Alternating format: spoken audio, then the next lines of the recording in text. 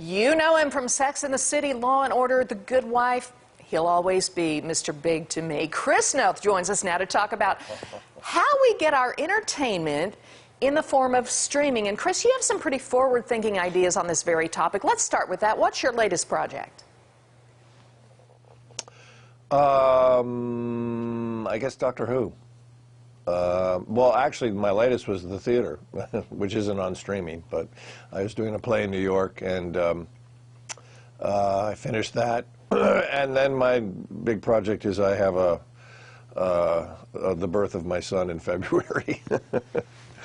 That is always the biggest project. I can attest to that for sure. Congratulations. A major action movie. Oh. Now, hold on. I got to blow my nose. Okay. I get it. It's allergy season. I know. Feel better? Okay. Okay. Well, so, yeah, feel much better. I don't want to be dripping snot in this interview. Speaking of blowing your nose and streaming, that all sort of goes together. So what's going on with Tubi?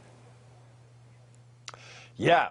Did you see the little film that I did for it, Tubi? I have not seen it yet, but I intend to. You haven't seen it? No. I know. Where have I been? Okay. No, you have to go see it. It's great. I had the best time doing it. Got to do some comedy. They let me improvise. I think it's one of my best pieces. Well, I look forward to seeing it. But what about in terms of your thoughts on streaming? Because over the course of your career, I mean, we used to have to sit in front of a TV at a certain time to watch a show, and now we can watch anything we want the whole season. Yeah, that's the future. That's the present. Actually, the present is the future in terms of that right now. I don't think anyone can tolerate 10 to 12 to 15 minutes of commercials. But the other thing that I think people are starting to get fed up with is having to pay, 20 different streaming outlets to see their shows when you can get something for free like Tubi, and 2 minutes of commercials is, to my mind, nothing. That doesn't bother me at all. So I think it's a great concept. I'm all for it. Something a lot of people might not know about you, I'll be honest, I didn't know. You are co-owner of a place in New York City called The Cutting Room, which is a music club. You also have a stake in a tequila company. I knew I liked you. Oh, yeah.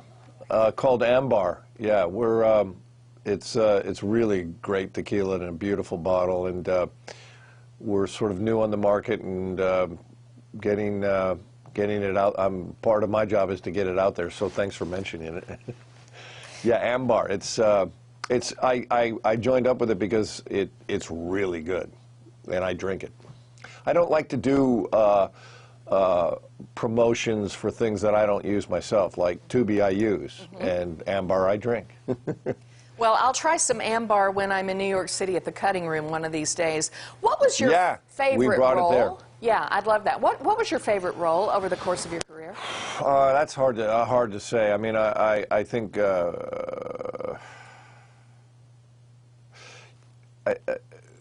my first break in the business was Law and Order, Mike Logan.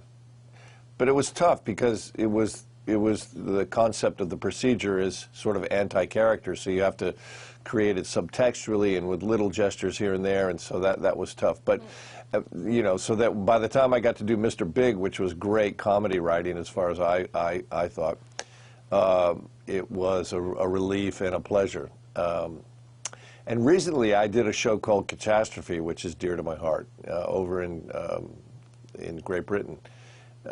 I did their last season. So I love doing comedy, and which is why I loved making this Tubi commercial, actually, because they let me go to town. Well, I'm going to go watch it right now. I'm looking forward to it. And I can't thank you enough for your time. And hopefully one of these days, if we don't see you in the Ozarks, we'll see you in New York City. Oh, I like the show, Ozark.